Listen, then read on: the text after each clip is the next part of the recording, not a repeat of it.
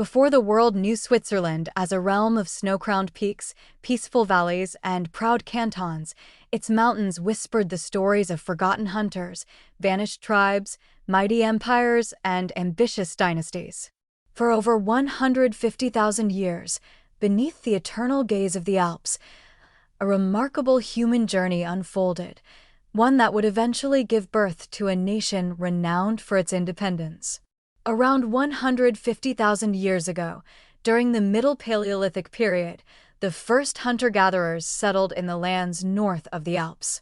As the glaciers retreated and human civilization advanced, the Neolithic Revolution reached the region around 5500 BC, bringing agriculture and permanent settlements. By 3800 BC, communities built extraordinary pile dwellings along the shores of Swiss lakes, and around 1500 BC, Celtic peoples arrived, with the Helvetii dominating the west and the Rhaetians inhabiting the eastern mountains. The destiny of the region changed dramatically in 58 BC, when the Helvetii attempted to migrate into Gaul but were defeated by the armies of Julius Caesar at the Battle of Bibrecht. Switzerland was absorbed into the Roman world, and the city of Aventicum emerged as the center of Roman administration. However, in 259 AD, Alemanni warriors breached the Roman frontier, signaling the gradual decline of Roman authority. Christianity took root during the 4th century, surviving even after the fall of the Western Roman Empire. During the Middle Ages, Switzerland became a contested crossroads of power.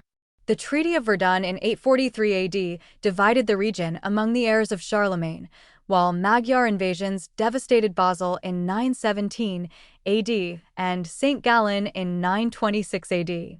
Stability returned after King Otto I defeated the Magyars at the Battle of Lefeld in 955 AD. The 12th century witnessed the rise of the Zaranjan dynasty, which founded Fribourg in 1157 and Bern in 1191. Following the extinction of the Kyburg dynasty, the Habsburgs expanded their influence. When Rudolf of Habsburg became King of Germany in 1273 AD, he revoked the freedoms of Uri, Schwyz, and Unterwalden, setting the stage for the legendary struggle that would shape the birth of the Swiss Confederation.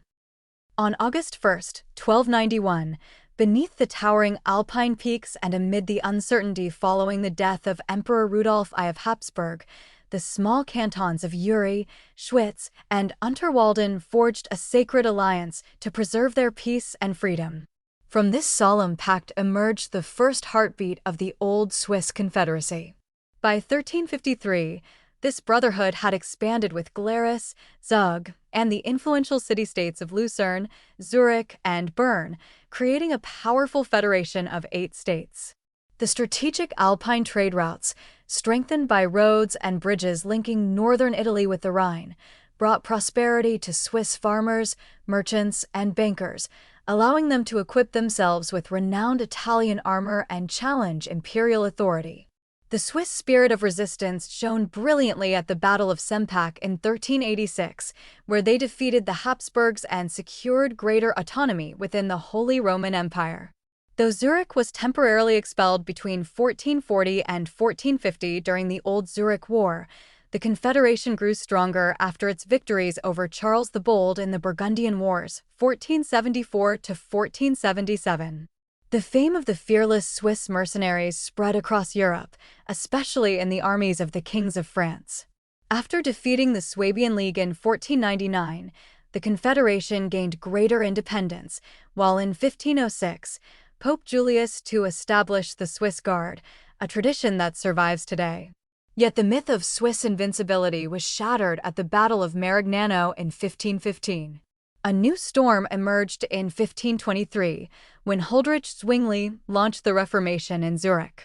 Religious divisions ignited the Kapeller Wars of 1529 and 1531, splitting the cantons between Protestant and Catholic faiths. Despite conflict and division, the Swiss Confederation endured, proving that its unity was stronger than its differences. During the 30 Years' War, Switzerland was a relative oasis of peace and prosperity in war-torn Europe, mostly because all major powers in Europe depended on Swiss mercenaries and would not let Switzerland fall into the hands of one of their rivals. Politically, they all tried to take influence by way of mercenary commanders such as Georg Janach or Johann Rudolf Wettstein. The Drei-Bund of Grisons, at that point not yet a member of the Confederacy, were involved in the war from 1620, which led to their loss of the Valtellina in 1623. At the Treaty of Westphalia in 1648, Switzerland attained legal independence from the Holy Roman Empire. The Valtellina became a dependency of the Drei-Bund again after the treaty and remained so until the founding of the Cisalpine Republic by Napoleon Bonaparte in 1797. In 1653, peasants of territories subject to Lucerne, Bern, Solothurn, and Basel revolted because of currency devaluation.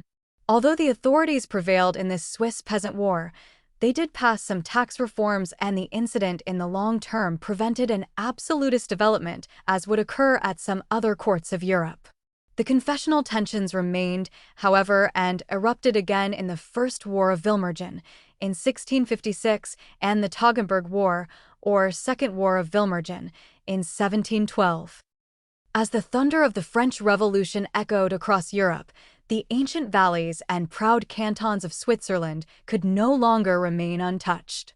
In 1798, French armies crossed the Swiss frontiers, bringing an end to the old Confederate order and establishing the Helvetic Republic, 1798 to 1803. A centralized state built upon revolutionary ideals, but deeply at odds with Switzerland's centuries-old tradition of local autonomy. The promise of equality and modernization came at a heavy price. The authority of the cantons was weakened, new taxes were imposed, and religious traditions were challenged. In the Catholic heartlands of central Switzerland, resistance erupted in the spring of 1798, but French forces crushed the uprisings. Although reforms such as the abolition of special taxes and restrictive oaths against Jews marked a step toward justice, many of these advances were reversed in 1815, and complete equality between Jews and Christians would not be achieved until 1879. The tides of history shifted once more in 1803, when Napoleon's act of mediation restored much of the canton's sovereignty and elevated Aargau, Thurgau, Grisons, St. Gallen, Vaud, and Ticino to equal cantonal status. Yet the Napoleonic Wars continued to leave scars upon the Swiss landscape. Following Napoleon's fall, the Congress of Vienna, 1814–15, restored Swiss independence and secured the international recognition of Switzerland's permanent neutrality. Valais, Neuchâtel, and Geneva joined the Confederation, shaping the nation's modern borders. On April 6, 1814, the Long Diet gathered in Zurich to reshape the political order, followed by the Federal Treaty of August 7, 1815. During the 1840s, liberal and conservative visions of Switzerland collided. The closure of monasteries in Aargau in 1841, Lucerne's invitation to the Jesuits in 1844, and the creation of the Catholic Sonderbund intensified divisions. Finally, in 1847, the Federal Diet ordered the Sonderbund dissolved, igniting a brief but decisive civil conflict, a final struggle that would pave the way for a stronger and more united Swiss state. By the autumn of 1847, Switzerland stood at the edge of a historic turning point. Deep divisions between the radical, liberal, Protestant reformers and the conservative Catholic cantons had pushed the Confederation toward its most serious internal crisis in centuries. The liberal majority in the Tagsatzung declared that the Catholic Sonderbund alliance violated the Federal Treaty of 1814, which prohibited separate political alliances among the cantons. Consequently, on October 21, 1847, the Assembly ordered the dissolution of the Sonderbund. The Catholic cantons, despite their determination, faced overwhelming odds. With fewer soldiers, limited military leadership, and a force of approximately 79,000 against the National Army's 99,000 troops, their resistance was short-lived. The conflict that followed, known as the Sonderbundskrieg, became a brief yet decisive civil war between the Catholic and Protestant cantons. The Federal Army, supported by almost every canton except neutral Neuchâtel and Appenzell Innerrhoden, achieved victory in less than a month. Around 130 lives were lost, making it the final armed conflict ever fought on Swiss soil. In a remarkable display of reconciliation, the victors chose unity over revenge. The defeated cantons were welcomed into a new era of federal reform, and a constitution inspired by American principles was drafted.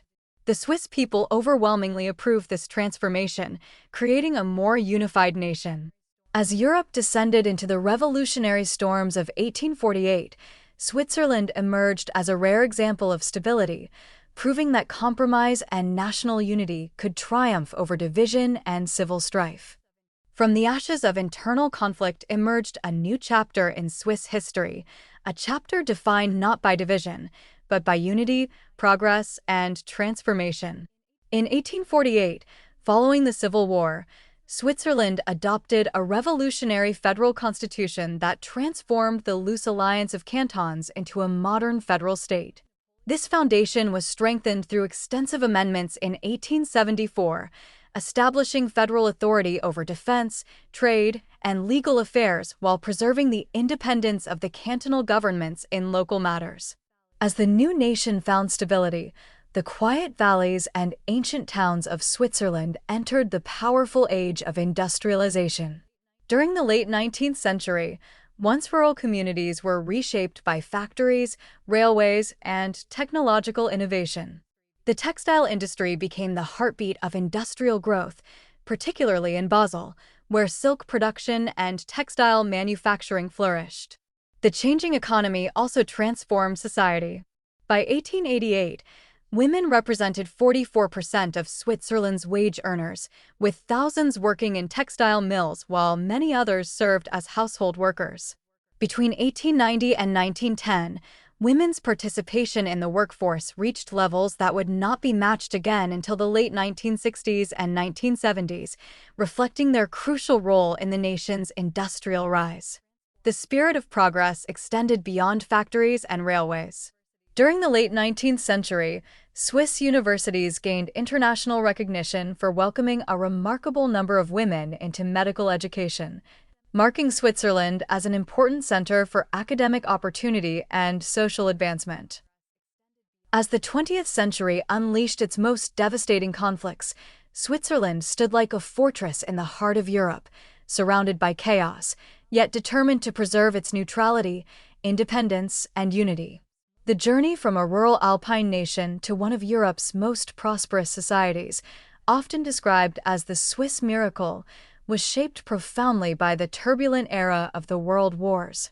During World War I, the major powers respected Swiss neutrality, although diplomatic tensions emerged in the grim Hoffmann Affair, where Allied nations condemned an attempt to negotiate peace on the Eastern Front, believing that continued fighting would keep Germany occupied. The greatest challenge arrived with World War II, when Nazi Germany considered invading Switzerland but never launched an attack. Under General Henri Guesclin, the Swiss military prepared for total resistance, mobilizing citizen soldiers and fortifying the Alpine strongholds of the Redoute. Through military preparedness, careful diplomacy, economic concessions, and the changing course of the war, Switzerland succeeded in maintaining its independence. Between 1940 and 1945, Switzerland occupied a complex and controversial position. Its banks purchased 1.3 billion francs worth of gold from the German Reichsbank, including some gold that had been looted from occupied nations and Holocaust victims. Swiss industries supplied precision machinery, watches, electricity, and dairy products, while the nation's strategic rail routes remained vital for European transportation. Despite strict neutrality laws, Switzerland became a refuge for 300,000 refugees during the war, including 60,000 civilians fleeing Nazi persecution, among them 26,000 to 27,000 Jews, though between 10,000 and 25,000 civilians were refused entry. Inside the country, political divisions existed, but the government suppressed extremist movements to preserve national unity. After the war, difficult questions remained. Historical controversies intensified during the 1960s, and by the 1990s, international lawsuits and investigations examined Switzerland's wartime conduct. The Independent Bergier Commission delivered its final report in 2002, confronting the complex legacy of a nation that survived the darkest chapter of modern history while balancing neutrality, morality, and survival. As the shadows of the Second World War faded and a new era of global rivalry emerged, Switzerland once again found itself standing at the crossroads of history. Surrounded by a world divided by the Cold War, the Alpine Republic carefully guarded its independence, balancing military preparedness, democratic values, and its centuries-old tradition of neutrality.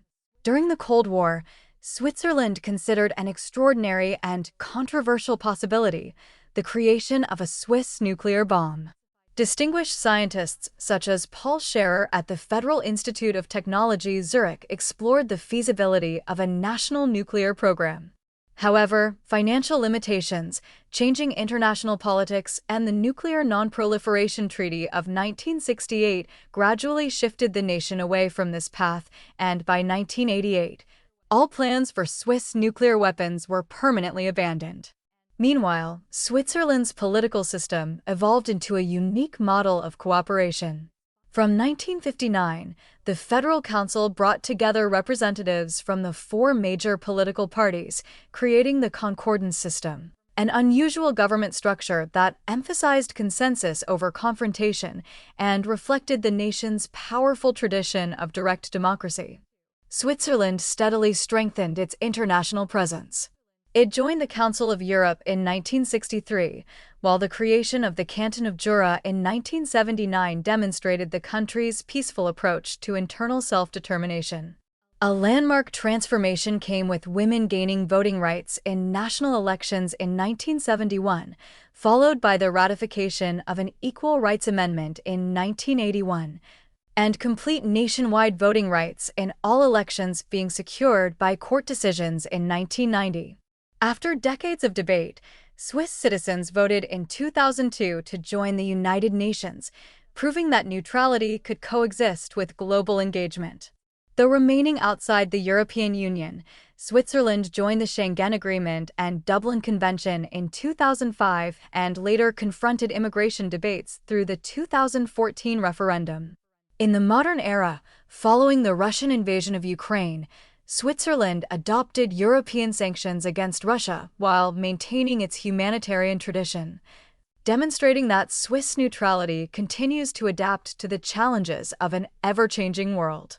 From ancient hunters who walked beneath the frozen shadows of the Alps to a modern nation shaping global diplomacy, Switzerland's journey has been a remarkable story of survival, transformation, and resilience.